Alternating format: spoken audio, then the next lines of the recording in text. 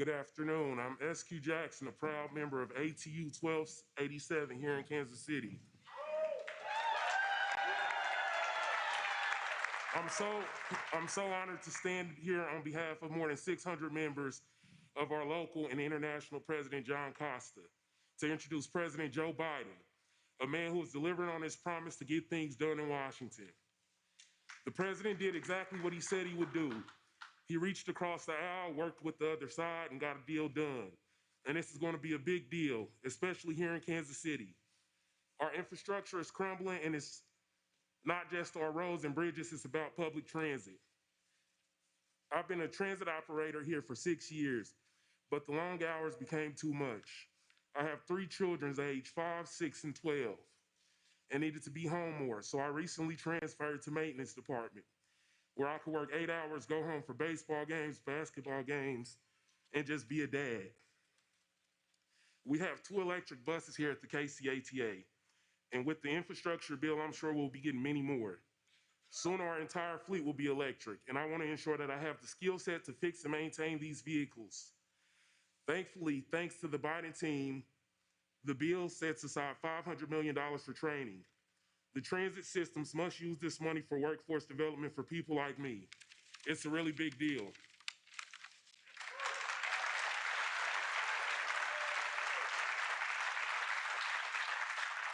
But that's what you'd expect from the most pro-labor, pro-transit president in American history.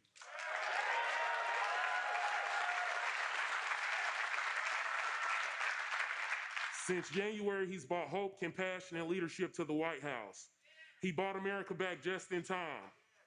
Ladies and gentlemen, please welcome the President of the United States and former school bus driver, Joe Biden.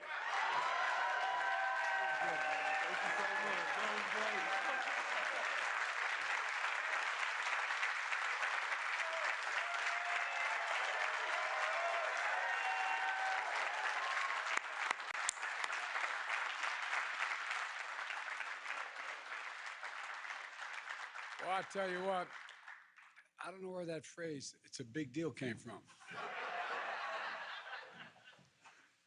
If anybody remembers that, which you seem to all remember, after the president spoke, and I spoke after, then President Obama, he was back to my right. And I went back and I made sure I was talking on his left ear because he was down the hallway. And I whispered what I said. How in God's name anybody heard it, I have no idea.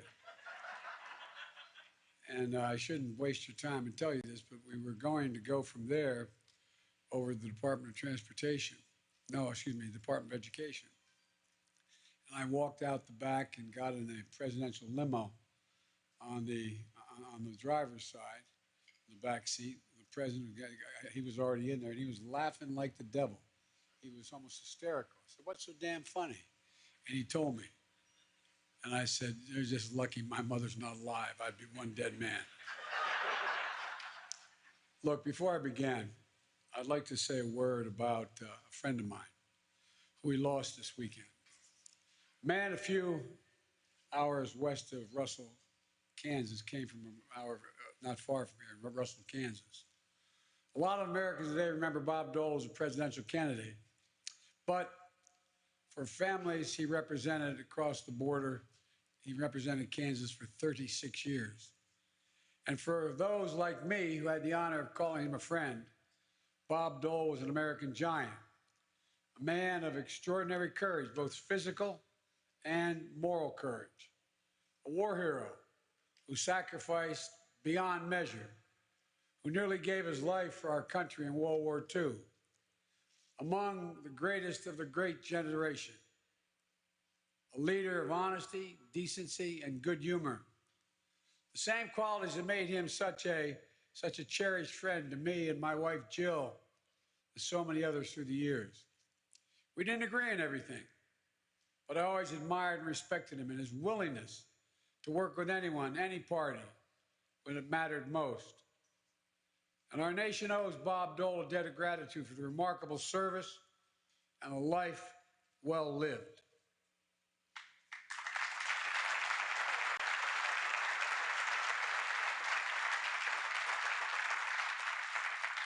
Being here this week reminds me of another great American giant, or rather an American monarch, Buck O'Neill, the Kansas City Monarchs.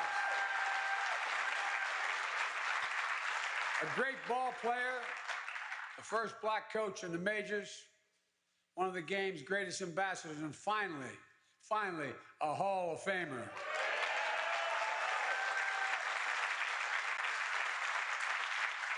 Now, if the sun's shining a little brighter on Kansas City this week, it's because Bob and Buck are up there sharing a laugh with one another.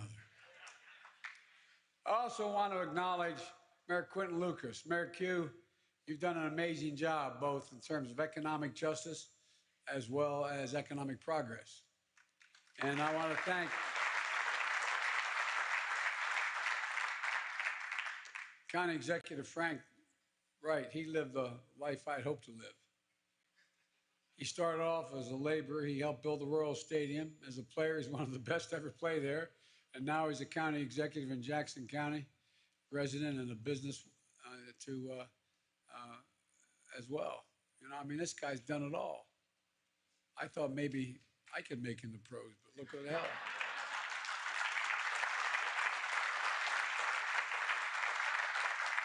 I actually was foolish enough to ask Floyd Little whether he could get his, he was a friend of mine in Syracuse, if he could get his agent to see if I could walk on.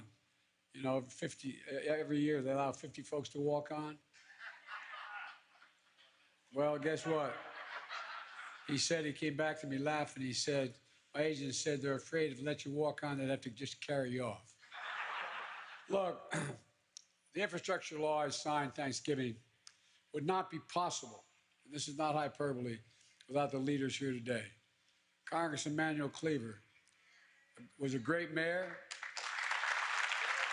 a significant leader in the House. Before he's both those things, he was a pastor. And he saw a highway cut through the neighborhood many of his congregants call home. So he knows that we need to build our infrastructure the right way, not just build it, but build it the right way. He also is a big reason Kansas City is adding electric buses to this fleet. Zero fare, zero emissions.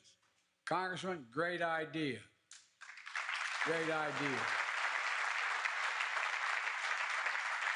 And Congresswoman Sharice Davids, there is no stronger advocate for infrastructure investment in the United States Congress that I've ever met anyway. And as Vice Chair of the House Transportation Infrastructure Committee, your leadership was key in getting this passed. So I want to thank you. There you are. Thank you, thank you, thank you. And I also want to thank somebody else, Roy Blunt. He couldn't be here today, but he was an important part of the bipartisan effort to get the infrastructure passed. And that's what we're here about. We're here talking about rebuilding America, investing in America, building a better America. In the coming weeks, I'm going to be traveling all over the country, and so will Vice President Harris, my cabinet, and folks throughout our administration. Our Building a Better America tour is going to give us a chance to meet people where they work, and hear what the communities that they live in, what they need, hear firsthand, and showcase how our bipartisan infrastructure law, which has changed their lives for the better, came about because we worked together. We can learn more about this law and what it means for your community. Go to build.gov. Look, the better part of the 20th century, we led the world by a significant margin in our willingness to invest in ourselves, We invested in our infrastructure. We invested in research and development, in our roads, highways, bridges, ports, airports. The arteries of the nation allow commerce to function smoothly and move swiftly. And we invested in our people. We gave opportunity. We're among the first to provide access to universal education and high school education in the beginning of the 20th century, which put us in the forefront of leading the rest of the world. We invested to win the space race, and we won it. We led the world in research and development, led the creation of the internet. But we know that China and the rest of the world are catching up, and in some respects, actually moving beyond us. We're also going to reinvest in our country and our people to reclaim our leadership to create millions of jobs by building a better America with the best infrastructure in the world, built overwhelmingly with prevailing wage, union.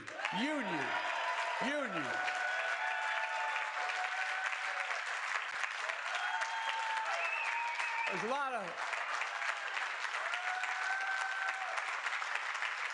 lot of good and decent people in the finance industry, but they didn't build the middle class. Unions built the middle class. No, not a joke, not a political statement. It's a reality. It's a reality. And look, this infrastructure bill, which without the union's support behind me to get this done, would have never gotten done. It starts with the most significant investment in roads and bridges in America in 70 years. Fixing many of those 3,500 bridges, nearly 10,000 miles of roads in Kansas and Missouri in poor condition, like the Central Avenue Bridge, which was closed earlier this year for fear of failure.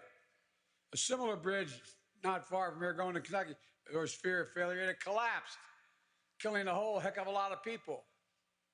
But this created a whole lot of headaches, wasted time for 8,500 people who used to drive it every single day. The decaying roads cost Missouri and Kansas drivers more than $500 per person per year, the drivers, and additional gas and repairs and longer commute times, and more than $500 in hidden tax on Kansas and Missouri families. And speaking of the cost of living, 2 weeks ago, I announced the largest ever release of the U.S. Strategic Petroleum Reserve to increase the supply of oil to help bring down prices. And I met with our friends around the world. Other countries joined us. And those savings are starting to reach drivers now. Today, the average price you're paying here in Kansas City is below $2 a gallon, $3 a gallon. It's down to $2.90 a gallon, 20% down from a month ago. Nationally, prices are down 7 cents a gallon and continuing to fall. We're making progress. We're going to keep at it to ensure the American people are paying their fair share for gas, not being gouged for gas. And look,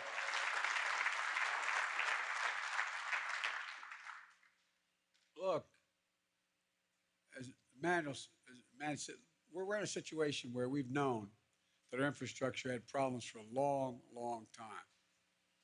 I don't think I could take one more phrase that's going to be infrastructure week. But guess what? It's going to be infrastructure decade now, man. No more talking. Action. The law also includes the most significant investment in passenger rail in 50 years. $66 billion for passenger and freight rail. You know, I was talking with members about improving cross-state, interstate passenger rail, something I know a little about. I've been doing it for a long time. You know, the fact is that you're looking at Mr. Amtrak here. I've traveled over, this is God's truth, I've traveled over 1,250,000 miles on Amtrak. Everybody thought that, anyway, because I went home every single night after my wife and daughter were killed because I couldn't afford a home in Delaware and in Washington. So I commuted every day. I remember one day, as vice president, the government keeps fastidious records of how many miles you travel on government planes. And so there's a big headline. Biden travels, I forget it was, 1 million miles on Air Force Two and so on and so forth.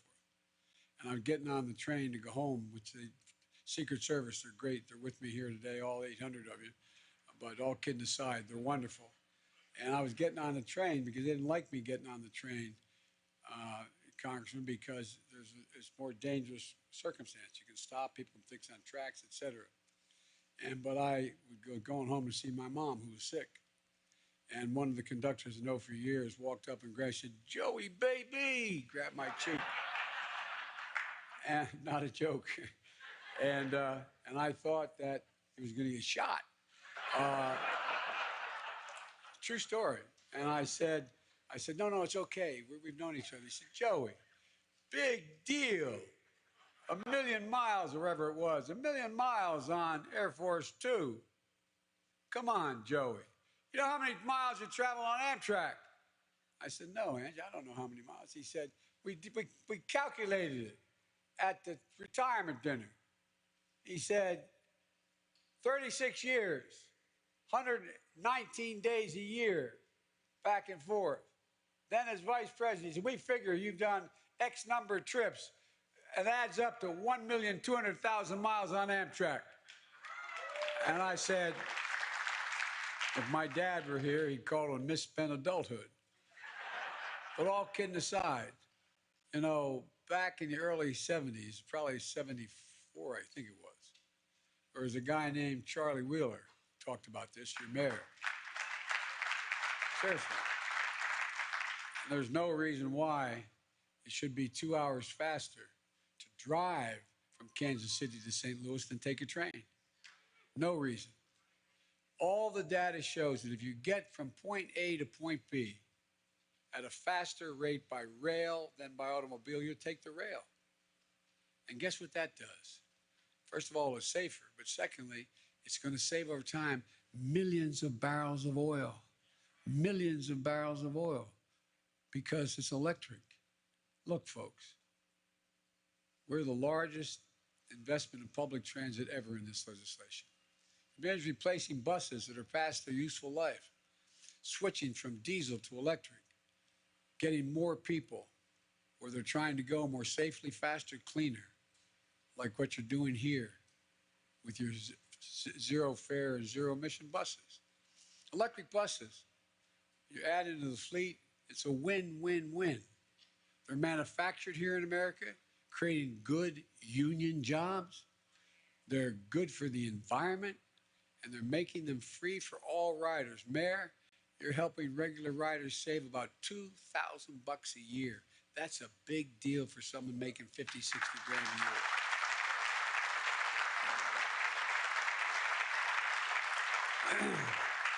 An infrastructure law means more projects like the extension of the Kansas City streetcar, so you can connect Union Station with UMKC and everything in between. It means students can easily get to internships and jobs in downtown core. It means families can get to restaurants, stores, the plaza, to read the riverfront, to catch the Kansas City Current game at the new stadium, the first stadium, by the way, I might specifically point out, specifically built for women's soccer.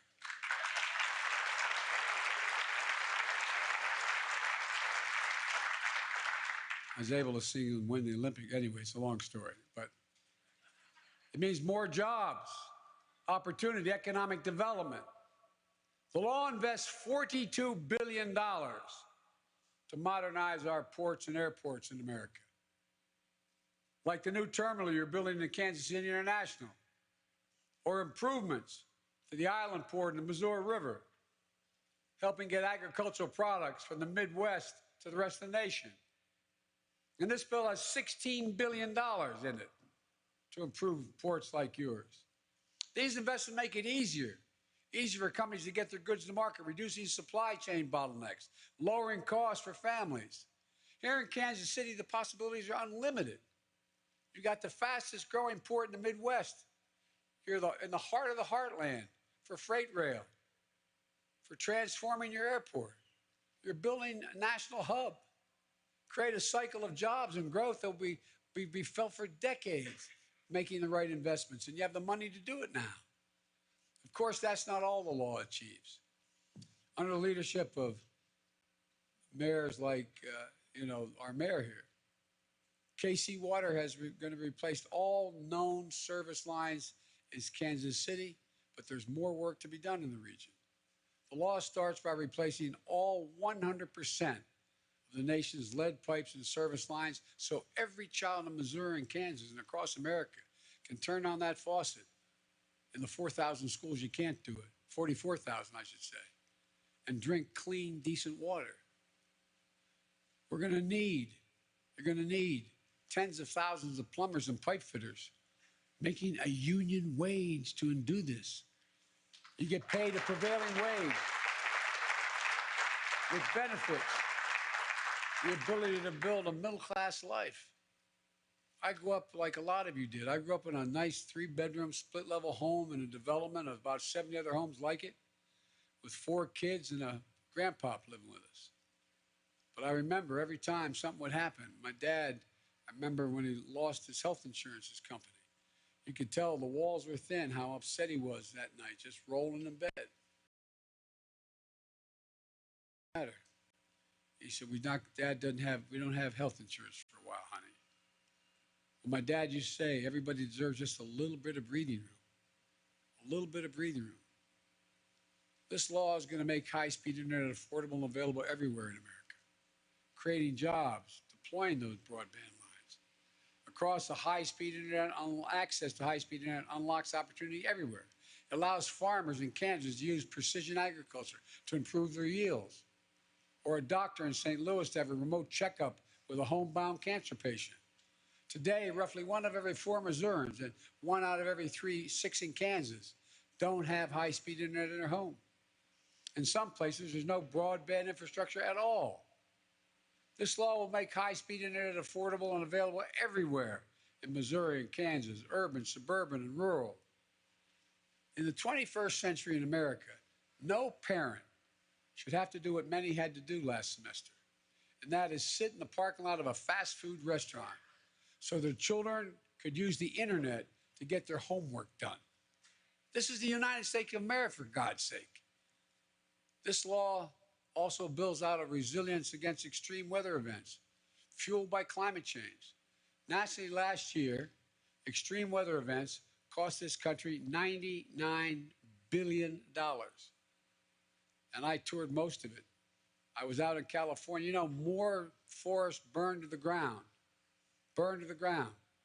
than the entire square mileage of the state of New Jersey from the Cape all the way up to New York City, Long Island. That's how much we lost. And it goes on. Missouri and Kansas are no strangers to these effects. In fact, Missouri and Kansas were both in the top 10 states in the U.S. last year for power outages. Then Texas saw the massive blackouts last winter. Because you're on the Southwest power grid, you lost power too. This summer, you saw heavy storms close roads in Waverly, Kansas, cause flooding in St. Joseph to Columbia to Jefferson City. And when you think about the impact of more intense weather, more severe storms, none of us are ever going to forget the devastation in Joplin. In 2014, I went there to help reopen the rebuilt Joplin High School. Joplin. We never break. We never stop. We Americans always rebuild. And we will rebuild this country.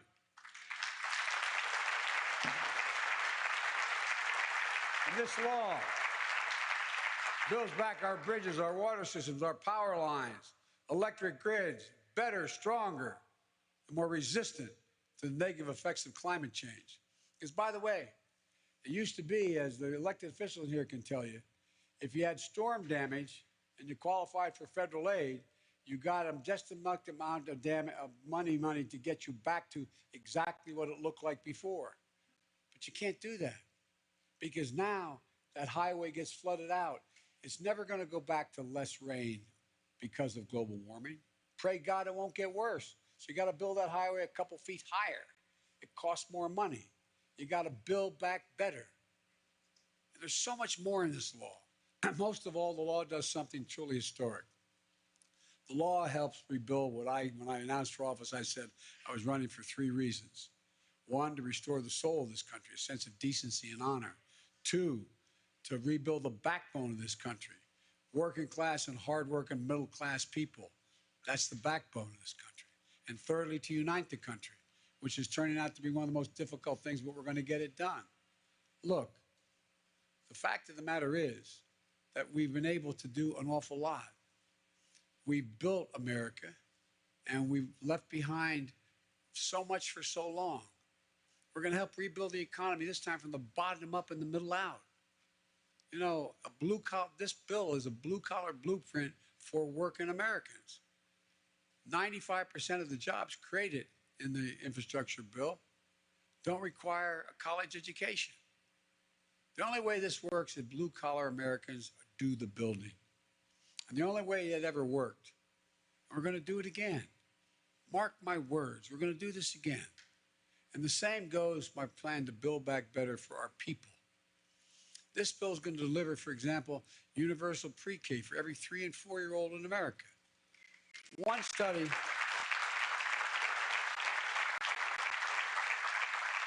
great university have done a lot of studies on this in the last decade.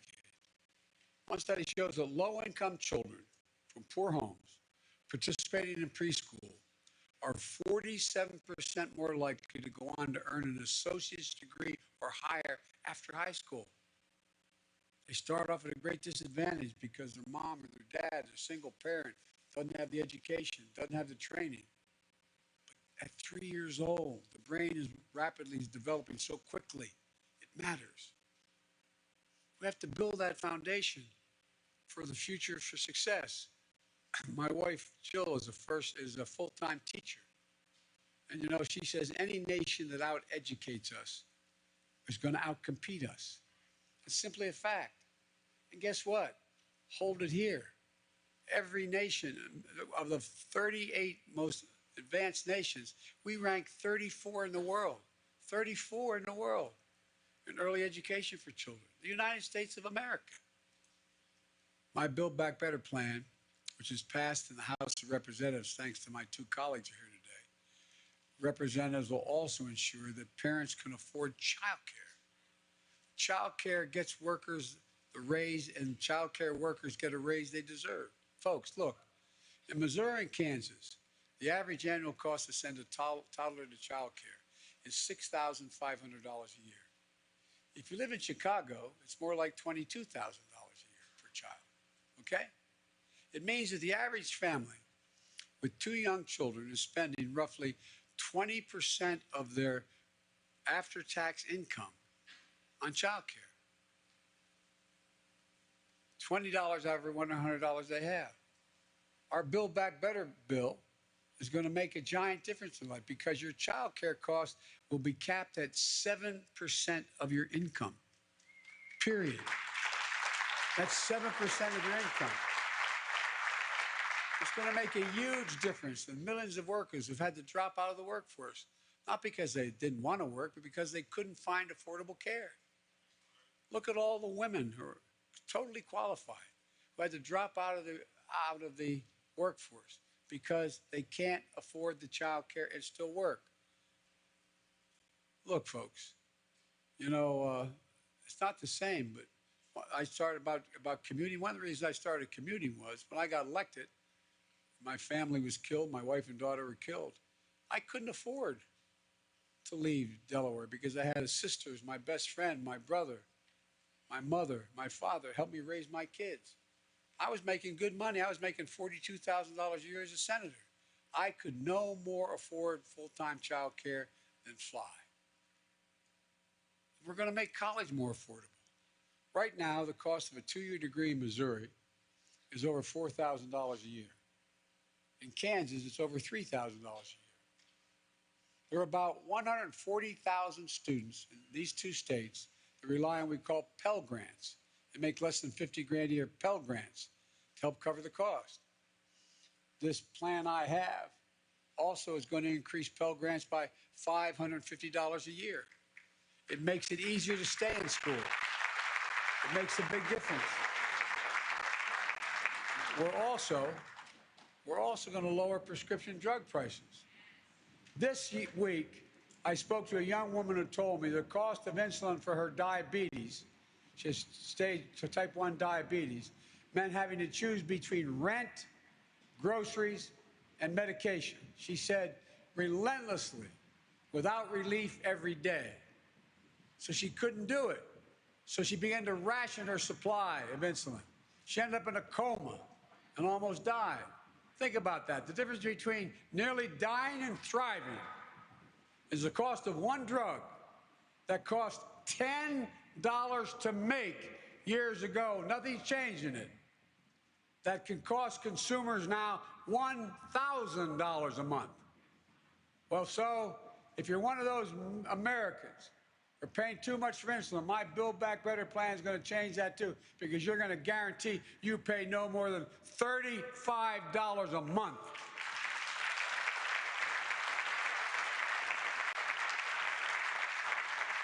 It'd be different if they invested another $1,500 in research. They did nothing to change it.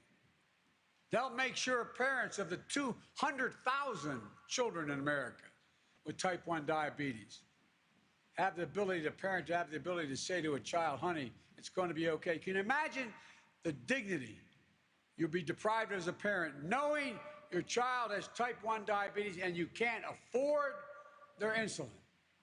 You can't afford it because you don't have insurance and your state doesn't have Medicare. Look, it's all about what working and middle class people have to pay to get by, to get ahead, to get, as my dad said, that little bit of breathing room. My whole plan is designed to bring down the cost you face. For example, lower costs for child care, making sure you don't pay more than 7% of your income. Means a family making $50,000 a year will save $3,000 a year on child costs. Lowering the cost of prescription drugs, making sure you pay no more than $35 a month. For instance, not $1,000 a month. Saving $600 per person per year for health care premiums. The list goes on. Elder care, housing, meeting the moment of climate change. That's what this plan does. All in. Study found that my plan would mean the equivalent of $7,400 in tax cuts and savings for the typical family of 4 with 2 kids. And guess what? Let's talk about inflation. It's real. There's inflation. But 17 Nobel winners of the economics have written a letter just about 3 weeks ago to me affirming that this bill would ease long-term inflationary pressures in the economy. 2 of the leading rating agencies in the world, the Wall Street Journal, confirmed my plans do not add to inflationary pressures. Not liberal think tanks, Wall Street, Moody's, and anyway. Look, I have also proposed, what I proposed is in a way to lower some of the difficult costs families have to pay every month by asking corporations and the wealthiest Americans to pay their fair share for a change. Look, right now, everybody talks about the price tag for this legislation. $1.75 trillion. It will not cost the taxpayers a penny. If you're making less than $400 grand a year, you're not going to have your taxes go up 1 single penny, not a cent. And guess what else? It also means that there is no increase in your taxes, and people are going to just pay a fair share. For example, there are 50 corporations in America the last 3 years of the Fortune 500 that made $40 billion that didn't pay 1 single solitary penny, not 1 single penny in taxes. Come on, folks. It used to be during the last Bush administration, the top rate for the top 1% paid 37.5%. It got lowered to 36%. It doesn't have any impact. It just means whether or not they're going to have an extra swimming pool, the extra home. But all kidding aside, if you just take it from 36 back up to 37.5, it pays for every bit of preschool, and it pays for every bit of what we're talking about in terms of insulin. Now, what's better for American corporations? What's better for the wealthy? For a healthier nation, everybody being better educated, or having that extra amount of money that they already have a great deal of? I'm a capitalist. I have a good friend of Bernie's, but we disagree. I'm not a socialist. I'm a capitalist. You should be able to make $1 million or $100 million if you can, but pay your fair share.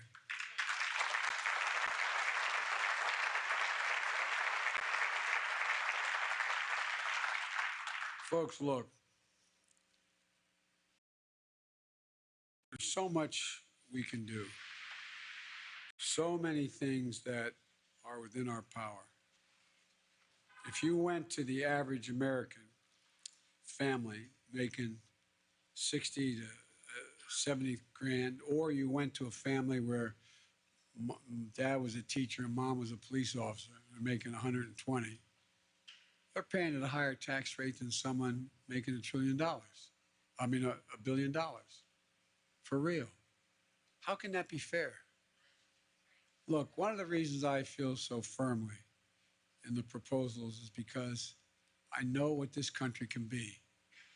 We've always been a nation of possibilities. We didn't become this nation by thinking small. We've always thought big. Throughout our history, we've emerged from crisis by investing in ourselves, in our people. During the Civil War, before it was over, Lincoln started to build the Transcontinental Railroad. It was built at the end of and during the Civil War. During the Cold War, Eisenhower built the interstate highway system, transforming the way Americans lived. And now we're at work beginning and building an economy of the 21st century to build a better America.